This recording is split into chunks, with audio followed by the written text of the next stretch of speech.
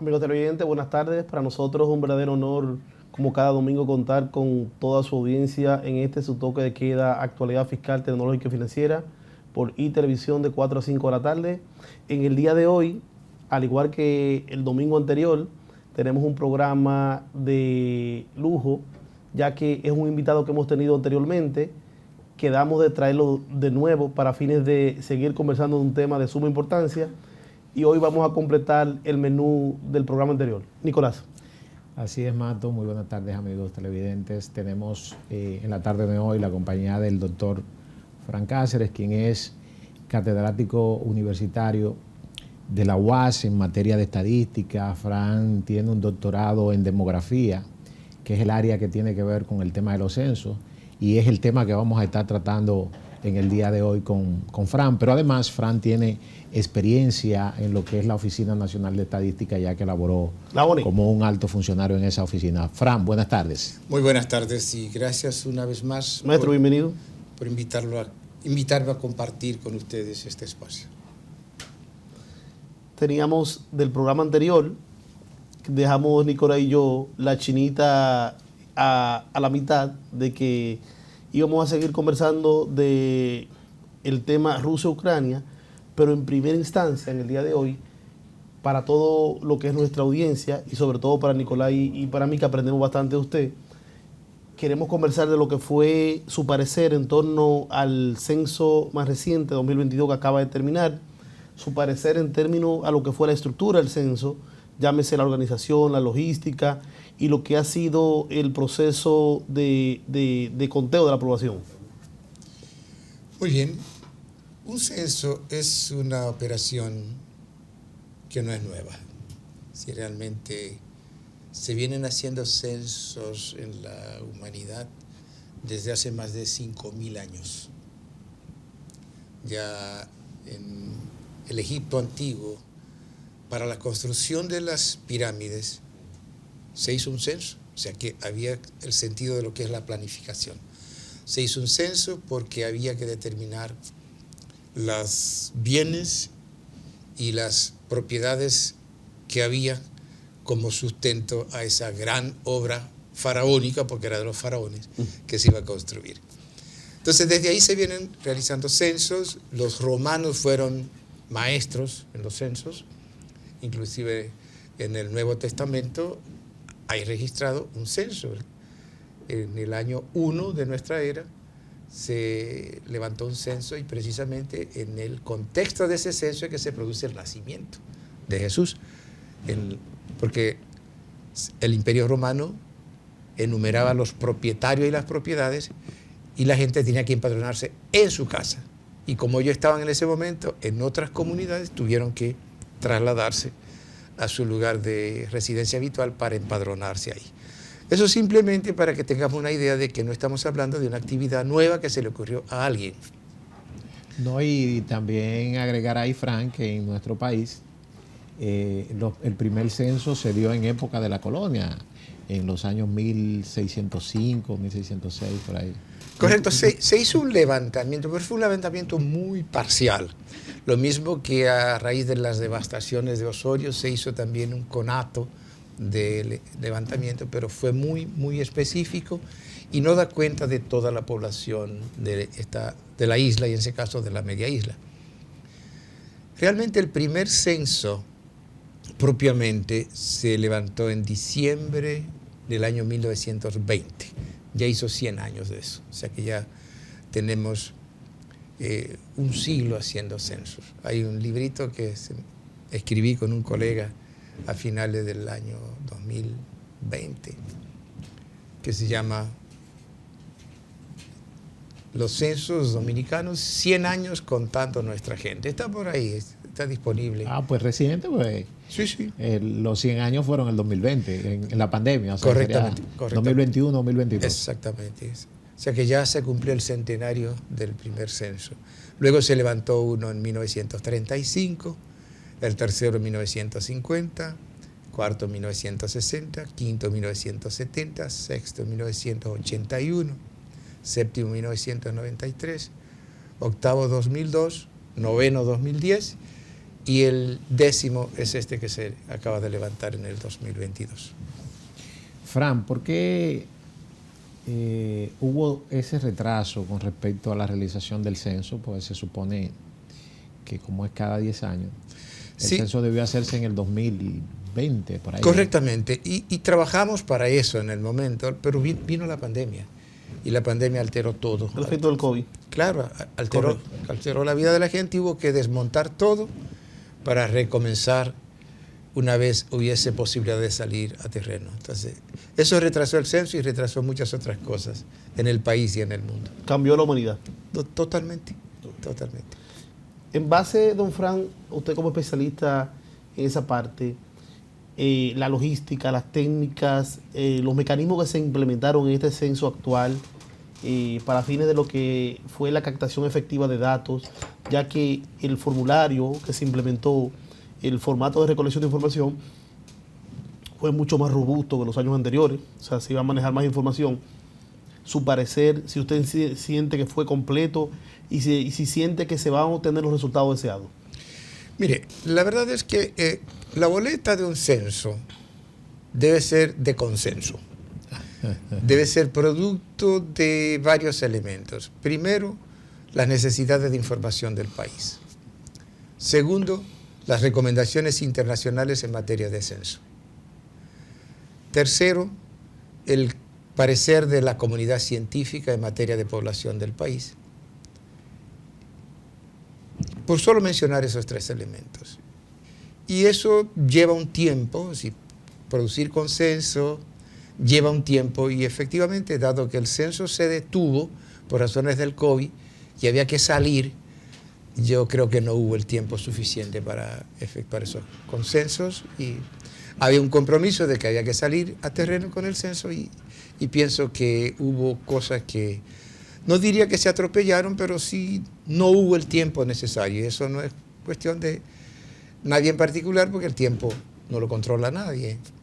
Y repito, había el compromiso de salir y probablemente faltó un poco de organización. De hecho, nosotros, Fran, tuvimos por acá a su amigo Dionisio Hernández, que al igual que usted es un experto en materia demográfica. Y el maestro Dionisio nos había comentado que la comisión que se designó para la organización del censo dejó de lado lo que era la inclusión de las universidades, en este caso la Universidad Autónoma de Santo Domingo, y que eso posiblemente trajo al traste algunos errores que hoy se pudieran decir que se están evidenciando en lo que es realización de ese censo. ¿Qué usted podría decirnos de eso? Bueno, ciertamente un censo, decía, es de consenso. Es la operación estadística más grande que hace un país y una de las operaciones en tiempo de paz más grande, porque es más grande que las elecciones. Las elecciones solo contempla un determinado número de colegios electorales, mientras que el censo contempla todas las viviendas del país. En la parte electoral, solamente quien tiene la edad para votar. Y aquí es toda la población. Entonces, la operación definitivamente que envuelve a la gente de mayor volumen en un país. Y eso implica mucha articulación, mucha capacidad de escuchar a quienes pueden decir y pueden aportar, y definitivamente eso, como decía, lleva un tiempo y lleva una logística, un equipo articulador, y nuevamente digo, el tiempo fue corto, realmente el tiempo operó en contra. Dice el tiempo en la aplicación, porque vimos que el tiempo para la preparación. Exacto. Porque por demás se iba con una forma de obtener información que por primera vez se aplicaba en un censo en la República Dominicana, correcto, que es el uso de dispositivos electrónicos, y eso es bueno, pero lleva una suerte de ensayos previos, porque algunos países de la región que utilizaron la misma metodología no les fue todo lo bien que ellos deseaban y que deseábamos nosotros que lo hubiese ido. Y muchos de esos países, o algunos de ellos, están en la mejor disposición de compartir sus experiencias, y a veces se necesita tiempo para escuchar esas experiencias y luego ensayar internamente para no tropezar en la piedra que los otros tropezaron. Entonces, hay un aspecto importante. Usted hablaba del efecto de la tecnología que se aplicó por primera vez, que es los dispositivos electrónicos, en este caso las tabletas. Se denunció en su momento por producto de la misma articulación demográfica que vivimos, un efecto de problemas de conexión. ¿Qué tanto usted cree que eso va a impactar la exactitud de los datos, o si lo podría impactar de manera negativa? Y segundo, en esa fase de interconexión de datos, cuando se perdía parte de la conexión, ¿pudiese afectar resultados ya obtenidos? En principio no debería, porque ciertamente hay problemas de conectividad. Y les pongo un ejemplo. Si usted va a la zona del Bajo Yuna, por solo poner un ejemplo, valga la redundancia, hay un momento en que usted entra y a partir de ahí pierde toda conectividad. A partir de ahí no hay señal. Usted dice, bueno, pero esa zona no es tan poblada, ciertamente, pero es un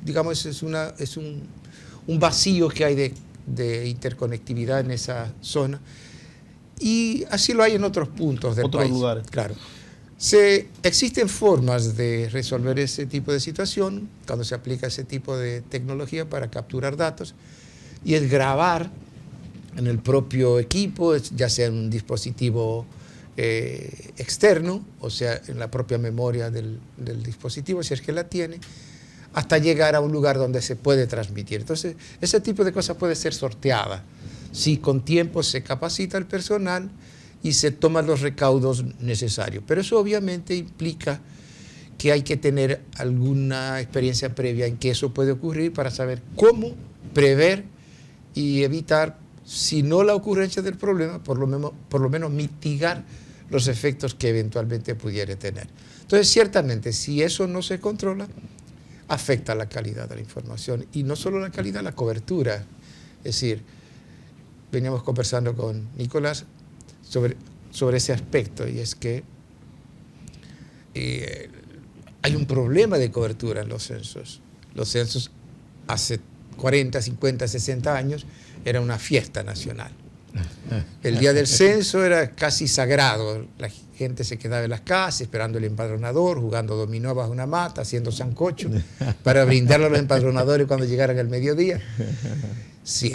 Lo que pasa es que ya la vida se ha complejizado mucho más que eso, y como preguntaba Nicolás, es que es una tendencia lo de ampliar el periodo de levantamiento. Sí, ya los censos no se hacen en un día. Creo que levantando el censo en un día quedan 2 países en la región.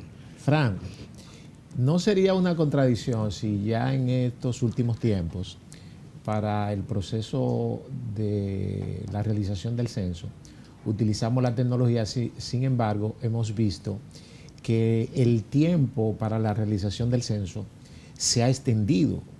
Yo recuerdo que en los años 80, 81, que fue donde se hizo, y luego 90, 91 creo que fue. 93. 93 y el 2010, ese censo se realizó en 3 días. Sin embargo, hemos visto que este censo se programó para un mes prácticamente. Sí. ¿Por qué tanto tiempo y por qué esa contradicción si tenemos ahora la magia de la tecnología? Yo le voy a responder con una respuesta que dio para el censo del 2010, el director del censo de los Estados Unidos de América. Cuando le tocó ir al Congreso, a la Comisión de Población, a explicar para que le dieran la plata. Sí. Para justificar el censo. Exactamente. Le preguntaron que por qué iban a usar papel y no dispositivos electrónicos. En el momento eran PDA. Y la respuesta de él a mí particularmente me impresionó, porque no esperé que iba a ser esa jamás. Dijo, no estamos seguros de que vamos a contar con todos y cada uno de los enumeradores censales con el nivel de preparación que se requiere para usar un dispositivo de esa naturaleza. Esa información yo lamento que la perdí, yo la recorté de la versión escrita del periódico de CNN. La tuve durante mucho tiempo hasta que se puso amarilla y se me perdió. Perdón, ¿en qué año fue eso, Frank? Eso fue para el censo del 2010. Eso fue el 2008, 2009 fue antes del levantamiento. Yo, según lo que yo he estado viendo en los medios de comunicación, entiendo que esa advertencia que hizo ese director del censo en Estados Unidos fue el problema que causó ahora mismo la recesión nuestra. Bueno. Que posiblemente personas que no tenían la preparación para utilizar esos dispositivos y la misma característica del dispositivo, pues fueron lo que provocaron. Sí, definitivamente. Los problemas se actuales. necesitan muchas pruebas. Mira, hay un país, yo no voy a decir el nombre, pero yo lo quiero tanto a ese país. Vecino, yo los admiro mucho por lo modesto que son y les gusta hacer las cosas bien hechas. Ellos iban a hacer censo en el 2011, 2012. Yo estuve con ellos allá. ¿Los que compartimos el masacre? No. Uno de los países que mejor hace las cosas en América Latina. Aliado de Rusia ahí. Oh, ya. No. En este momento no. En el pasado sí fue. En esta coyuntura no. No. Ya lo entendí, lo entendí. Ellos programaron el censo para hacerlo inicialmente con unas mini computadoras de un programa estatal de educación. Después tuvieron problemas, el Ministerio de Educación les sacó la alfombra a última hora y entonces tuvieron que posponer. Y ellos planearon el censo para levantarlo en un mes. Y cuando llegó el mes... No habían concluido. No voy a decir qué parte más o menos habían levantado, pero no era mucho. Y ahí, como decía Billy Berroa, la bola picó y se extendió por 3 meses. Oh. Por 3 meses. Y terminados los 3 meses, no consiguieron cubrir a toda la población. Tuvieron una omisión importante. Ellos obviamente manejaron ese tipo de situación. Pero les pongo un ejemplo de un país de la región que ya había usado los dispositivos muchos años, tenía más de 10 años usándolo en las encuestas continuas. Y tuvieron ese percance. Y hay otros países de la región que también recientemente... ¿Cuál sería, Fran, el promedio de días para la elaboración de un censo en estos momentos, mira, según su experiencia? Mira, el censo tiene un concepto que se llama simultaneidad. Tienen 3 atributos. Universalidad, porque debe hacerse en todo el territorio, todas las viviendas y todas las personas. ¿Sí? Debe ser simultaneidad, porque debe ser en el mismo momento a todos. Y enumeración individual. Es decir, hay que enumerar vivienda por vivienda, persona por persona. Lo de la simultaneidad es porque la información debe corresponder a un instante teórico en el tiempo, porque la población es dinámica. Es correcto. Si nosotros hiciéramos el censo en un día, no es exacta la población, porque empezamos en la mañana y terminamos en la tarde. En ese ínterin nacieron muchos niños y niñas y murieron muchas personas. Entonces, sí, imagínense si nosotros extendemos el tiempo. Pues van a nacer más niños, van a morir más personas. Exactamente. Entonces, lo que sale como información, ¿a qué momento del tiempo nosotros lo vamos a referir? Nosotros decíamos, el censo en un día es lo que ocurrió ese día. Se suponía las 12 de la noche del día anterior. Eso se llama momento censal. En este momento, si son 7 días, digamos, lo colocamos en el día 4, que es el del medio. Si es un mes, bueno, tenemos 15 días para acá, 15 días para acá. En estos 15 días pasaron muchas cosas y en estos otros 15 también. Entonces, ¿cuál es el tiempo ideal? El tiempo ideal debería ser 1 segundo. El tiempo ideal, obviamente sabemos que eso es totalmente imposible. Por eso se hacía en un día. Eso reduce lo que sería el error en términos de lo que es la captura de la información. Correcto. Ayuda bastante en ese sentido. Y la información está referida a ese momento. Si nosotros decimos que el censo da una tasa de desempleo de 14%, sí, pero ¿para qué momento? Exacto. ¿Para qué Sobre momento? esa base, Maestro Fran, vamos en el segundo bloque a conversar sobre las imprecisiones que pudieran darse de ese tipo y por qué ya, aún teniendo tanta tecnología y haber sido integrado sobre la parte tecnológica, todavía no hay unos resultados ya definitivos. Volvemos en breve.